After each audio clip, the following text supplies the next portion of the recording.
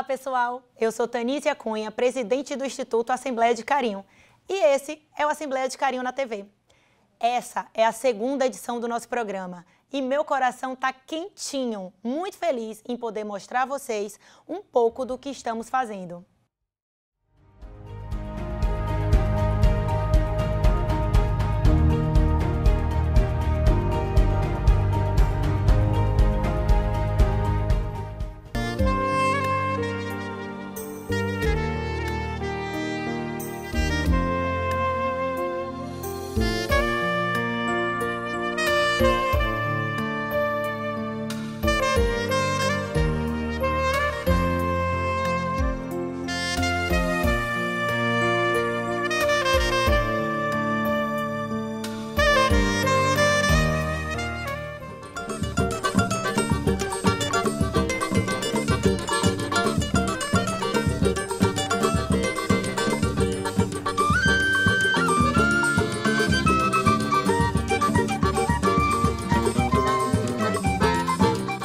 Todo mundo pode ajudar, contribuir, um pouquinho que seja, faz a diferença na vida das pessoas. E como o lema que a Leusa criou, temos que fazer atitudes que transformam. Pode ser pontual, mas vai transformar a vida de alguém naquela vez ali. Isso é enriquecedor.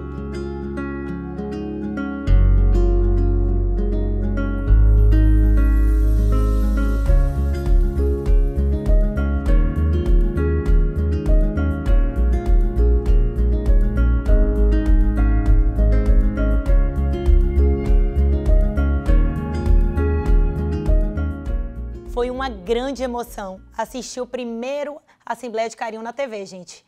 E muito simbólico também, porque no dia a gente estava participando da trezena de Santo Antônio no Abrigo São Gabriel. Olha aí como foi.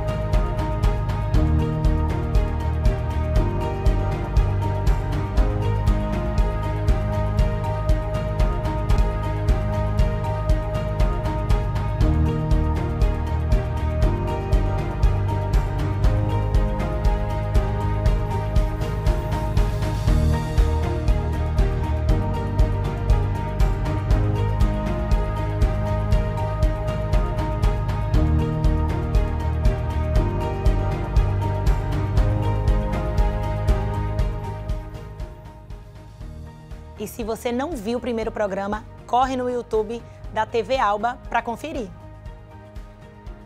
Hoje, vamos mostrar a vocês uma ação realizada no mês de maio, na campanha do Dia das Mães. Vejam aí como foi.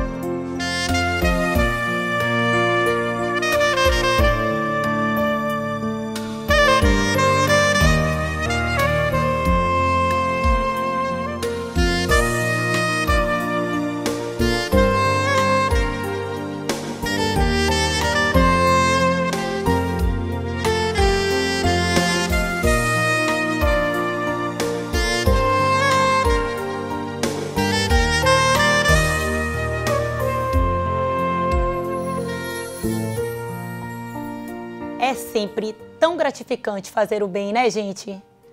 E falando em fazer o bem, ainda tivemos o retorno da Feira Agroecológica na Alba, com produtos da agricultura familiar de toda a Bahia. Confere aí também como foi essa retomada.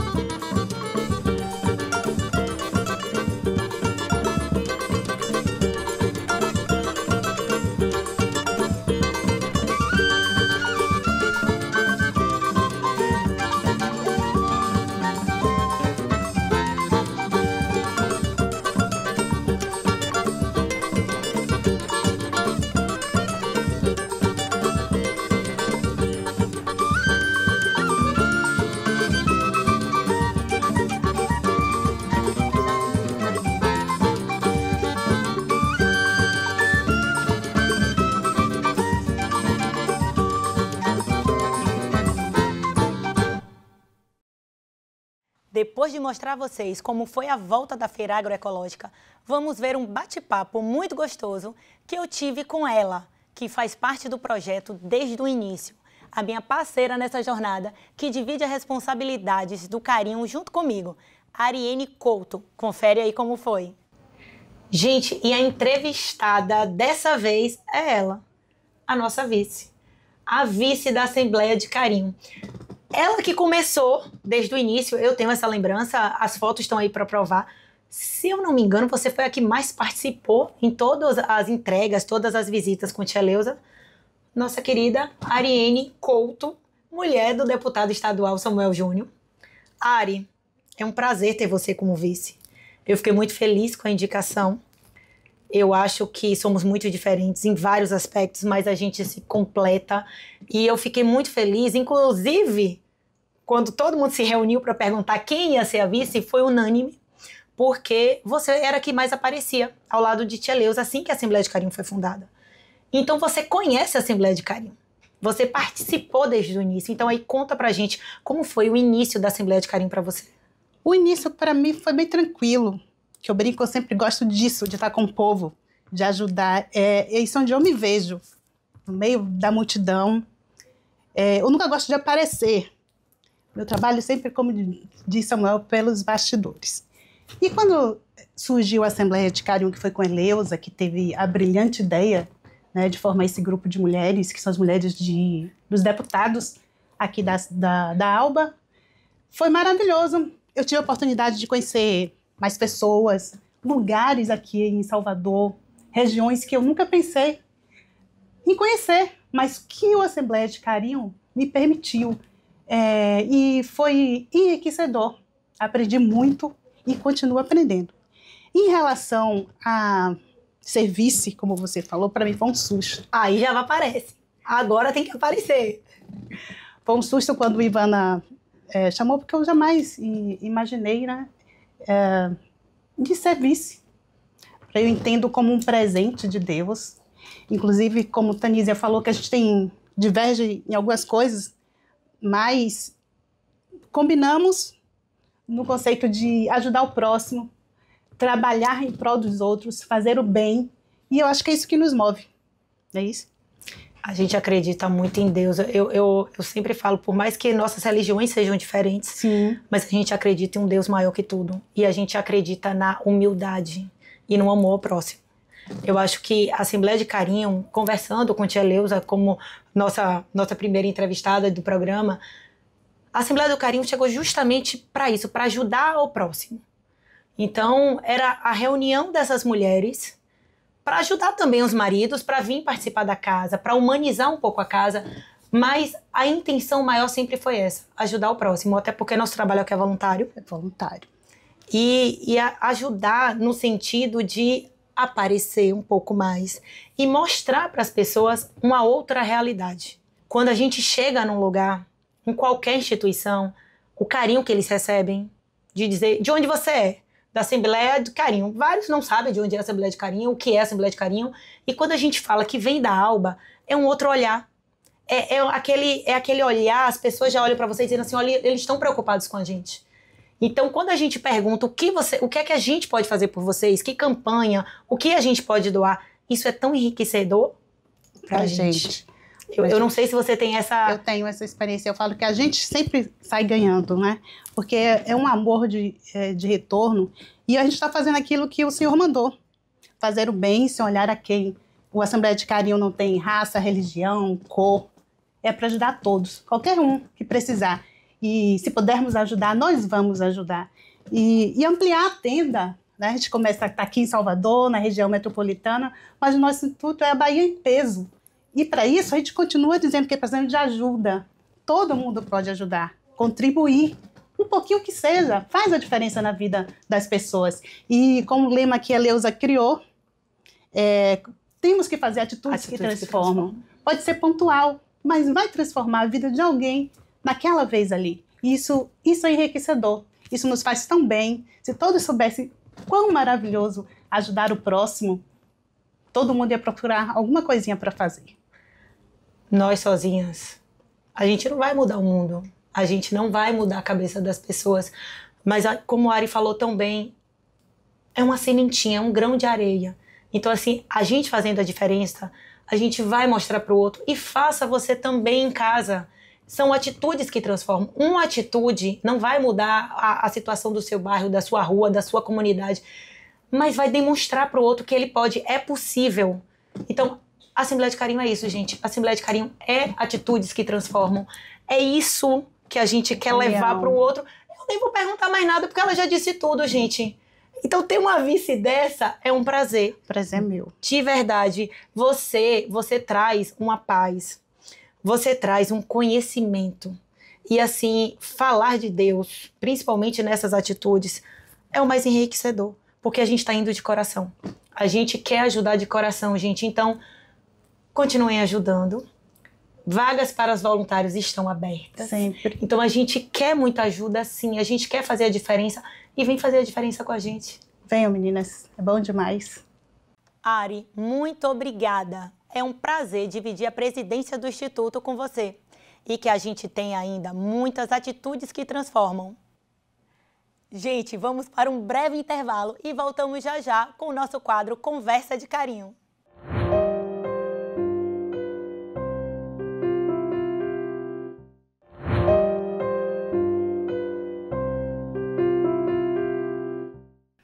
Estamos de volta, gente. E agora é a hora do quadro Conversa de Carinho. Hoje o tema é a terceira idade, ou, como costumamos dizer, a melhor idade. Antes da nossa conversa, vamos ver um pouquinho das nossas visitas a alguns abrigos aqui de Salvador. Veja aí.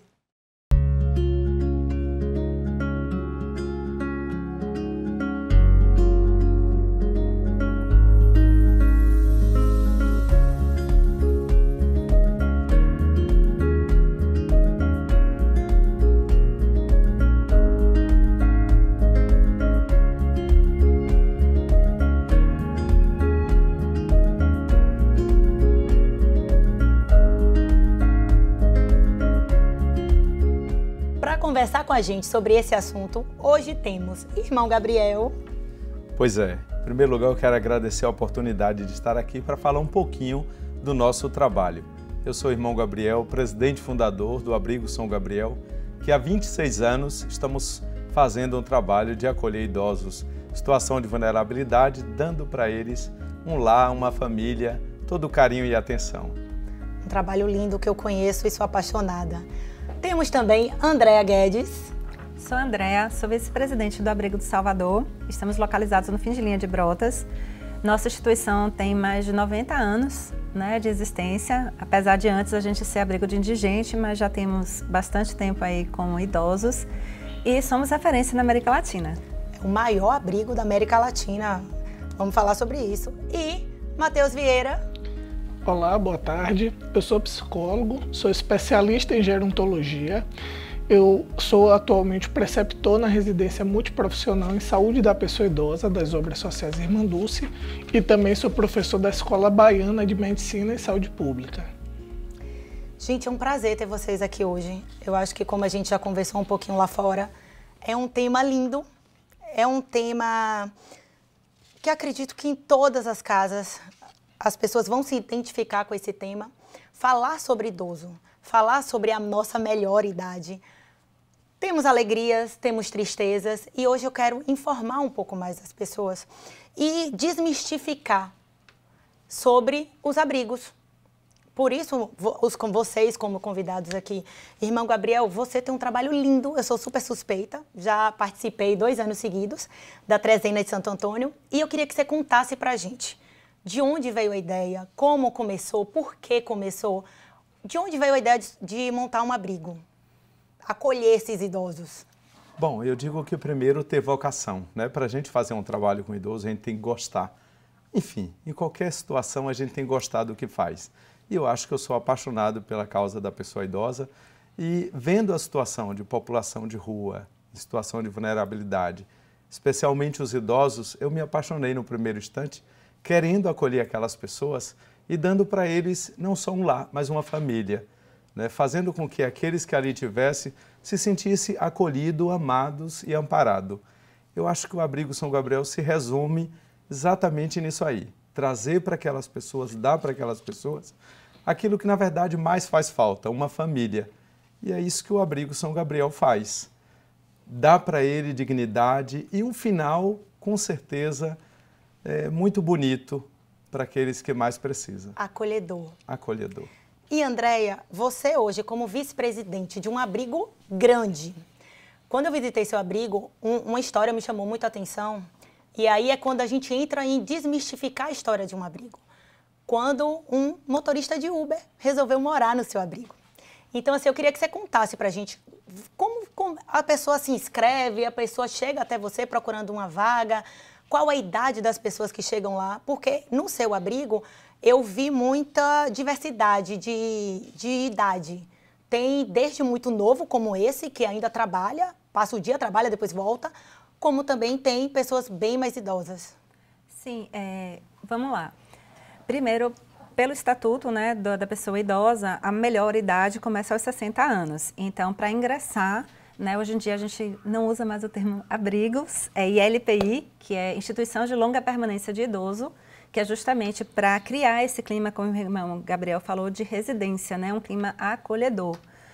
E tem que ter 60 anos, no meu caso, né, no caso do abrigo do Salvador, que nós somos uma instituição privada sem fins econômicos. Então, a pessoa tem que estar lúcida, orientada, de plenas faculdades mentais. A pessoa estando dentro desse perfil, tendo 60 a mais, ela pode se inscrever, né? E aí passa por um processo de triagem para a equipe multidisciplinar e tem que ser desejo do próprio idoso, porque o idoso tem que querer ir se abrigar, porque ele vai sair daquela realidade dele para enfrentar uma outra realidade que, no meu ver, termina sendo melhor, né? Porque ele vai conviver com pessoas da mesma idade, vai fazer atividades inerentes à idade dele, então ele termina tendo uma qualidade de vida melhor.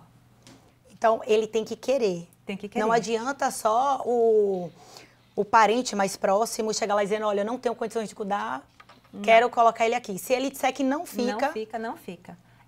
O Ministério Público é muito claro em relação a isso. Se o idoso é lúcido, orientado, é o desejo dele. É o caso do Uber. Ele tem o direito de ir e vir, porque ele é lúcido e orientado. A gente não pode prender ninguém. Ali é a casa dele, a residência dele. Tem os horários de volta, né, de retorno, até por segurança, que ele tem que cumprir. Mas fora isso... ILPI, Instituição de Longa Permanência de Idosos. Mateus, o que você acha dos ILPIs? É muito difícil para um idoso, acredito eu, estou falando pela minha experiência na família. Então, assim, eu sou de uma família muito grande, do interior, onde todos se acolhem. O filho sempre vai cuidar do seu pai e da sua mãe. Aqui, na capital, a gente já vê uma outra realidade. A gente vê vários ILPIs. Então, assim, os idosos que você atende, o que é que você me diz dessa cabeça? Porque realmente tem que mudar a mentalidade, ele tem que querer ir para esses locais. O que é que você acha? Bom, eu vejo como um grande desafio, tanto para o idoso como para a sua família, porque é uma instituição que ainda tem um estigma muito forte, né? Então, escolher ir para uma ILPI ainda está muito associada, é uma instituição que ainda está muito associada ao abandono, a negligência, e hoje nós sabemos que a ILPI ela tem uma função social, não só de acolher essa pessoa idosa, não só de sanar as necessidades básicas, mas também de promover bem-estar, de promover socialização, né? Fazer com que essa pessoa, nesse momento da vida, ela também tenha prazer em viver, né? Não tenha só as suas necessidades básicas e fundamentais atendidas. Então eu vejo como um grande desafio, né? Receber essas pessoas idosas na ILPI. Eu acredito que o primeiro passo é desconstruir esse estigma que ainda é muito forte, tanto pela pessoa idosa, como pela família, como também pela sociedade em geral. Isso, eu acho que a família é muito importante. O acolhimento e a família perceber o que é melhor para aquele idoso. Sim. Como a gente estava falando mais cedo, às vezes o próprio familiar pode achar, não, você está sozinho dentro de casa. Então vou trazer para minha casa. Só que aquele idoso acaba ficando abandonado, né, irmão Gabriel? Com certeza. Eu acho que a pior coisa é uma pessoa se sentir sozinha dentro da sua própria casa. E muitas vezes esse próprio idoso, ele passa a ser também, ele passa a sofrer. Porque às vezes ele estando dentro da própria família e a família ficando restrita de fazer muitas coisas, por causa da presença do idoso, ele também começa a sentir um intruso. Ele também começa a sofrer pela causa de que, às vezes, basta naquele telefonema onde a nora diz, olha, minha sogra está aqui e desde que ela está aqui eu não posso mais sair de casa. Isso também é uma agressão, né? E aí a gente começa a perceber que, às vezes, a agressão se torna também quando a gente começa a achar que está protegendo e acaba deixando essas pessoas em situação delicada, como passar, às vezes, o tempo todo fora e o idoso sozinho em casa. Ou, às vezes, um telefonema que simplesmente, sem querer, a gente diz, né? Eu não posso fazer mais nada porque agora eu cuido do meu pai e da minha mãe. É triste, né, gente? Eles cuidaram tanto. E, assim, é triste, mas eu também entendo o outro lado de carinho, de acolhimento. Andréa, eu também já soube de casos lá no Abrigo Salvador que os idosos se casaram. Sim. 2 idosos se conheceram no abrigo e se casaram. Olha que lindo a convivência. Então, assim, eles foram conviver com pessoas da mesma idade. Eles foram fazer coisas parecidas. Eu sei que vocês dois proporcionam muitas atividades para esses idosos, justamente para que eles não fiquem abandonados ou presos numa casa, presos no sentido de não, olha, se é idoso não pode fazer mais nada. Então, assim, é muito lindo ver essa relação, ver idosos se casando, ver idosos, a sua festa de São João, gente, que eu também já fui, é uma festa linda. E assim, e os familiares participam, não é isso? Os familiares participam, os idosos participam, né? A quadrilha, ela é mista, né? É um funcionário com um idoso. E o casal. E o casal. Não, o casal é o casal. É um dos vários casais, né? Nós temos vários casais lá. São vários? Tem vários. São vários. A gente já teve até briga. Sério? Sério, por causa do namorado. Mas abafa o caso. Tá vendo, gente? E vida que segue. É a vida. É muito lindo ver isso. Mateus, e essa relação do envelhecer? Olha aqui, ó, briga de casal, de ciúmes. Imagine como que você enxerga esse envelhecer. Pelo que você falou, nós também temos que nos conscientizarmos que os nossos parentes estão envelhecendo e entender o lado deles também, não só o nosso lado, não é isso? Sim, sim. E primeiro começar a pensar que o envelhecer, ele é heterogêneo.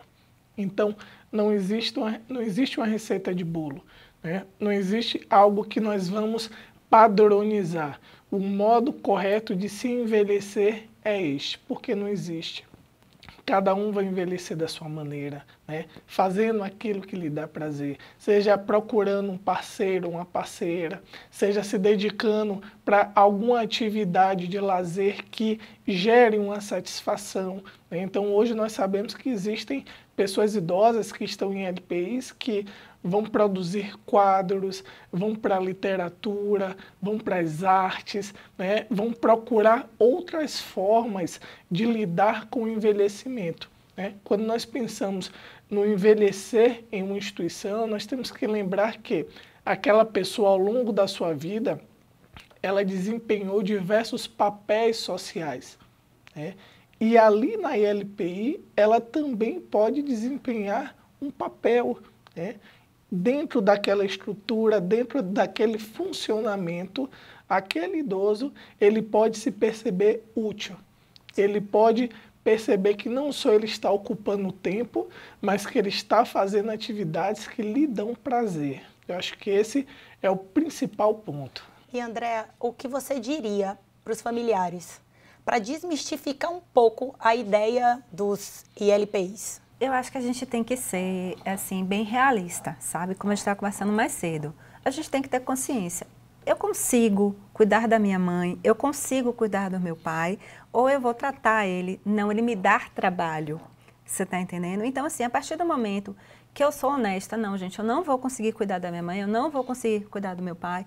O ato de você abrigar, né, de você colocar, institucionalizar um idoso, eu encaro como um ato de amor. Porque ali ele vai estar lidando com pessoas preparadas para o envelhecimento, com outros idosos, com os mesmos desafios, né? Ele vai estar acolhido ali, ele vai ter gente 24 horas à disposição dele, falando a mesma linguagem, porque o idoso ele já começa a ter uma certa dificuldade que a gente não tem, mas tendo assim, né, as pequenas conquistas. Por exemplo, agora a gente lá colocou o Calcom English, os idosos pediram para aprender inglês, então está todo mundo... É o mesmo desafio para todo mundo e a mesma batalha, a mesma, né, eles vencem da mesma forma. Então, isso é muito bonito de se ver. Então, eu encaro como um ato de amor. Eu não encaro como abandono, eu não consigo encarar isso. Então, eu convido, né, a todos que não conhecem uma ILPI que vá visitar, né, que se puder, dê um tempo, vá ler uma história para um idoso, vá cortar o cabelo de um idoso, vá conversar com o idoso para entender, né, o que é morar no ILPI, o que é fazer parte de uma família, porque vira a família, em vez de ser isso, ela vira enorme. Irmão Gabriel, e o que você diria para um idoso antes de ir para um ILPI? Pronto, eu diria para ele exatamente o que a gente faz. Venha nos conhecer, venha ver como funciona. Porque quando o idoso chega na instituição e que ele vê uma série de atividades, não é? E o dia a dia de como vive esses idosos. Porque a ideia errônea é que idoso come, bebe, dorme e espera o dia da morte, né? E essa é a parte que não existe. Porque assim, a terapia ocupacional, a fisioterapia, a musicoterapia, o banho de mar, o passeio, essas pessoas terem estudantes, né? Nossa casa tem muitos estagiários, uma casa com muitos jovens. E você dizer para esse idoso, olha, nós estamos aqui para te servir, para te dar tudo aquilo que, na verdade, com certeza, você precisa, mas com qualidade e com respeito. Eu acho que quando essas pessoas veem o trabalho e uma casa que é preparada para ele, e lembrando a esse idoso que quando ele tiver idoso, ou seja, estiver mais fragilizado, ele não vai ser um trabalho e sim uma alegria, com certeza vai mudar o pensamento. Gente, chegamos ao final de mais um programa. Deixou um gostinho de quero mais, mas no mês que vem vamos ter outra conversa, tá? Nos acompanhem, nos esperem. Galera, juntos podemos fazer a diferença. Nunca vou me cansar de dizer o que eu aprendi com Santa Dulce. Quando cada um faz um pouco, o pouco de muito se soma. É nisso que eu acredito, é isso que eu repasso. Vem com a gente, vamos continuar fazendo atitudes que transformam. Ah, e não esqueçam, tá? Continue nos acompanhando nas redes sociais. Segue a gente lá, @Assembleia de Carinho. Até a próxima, gente.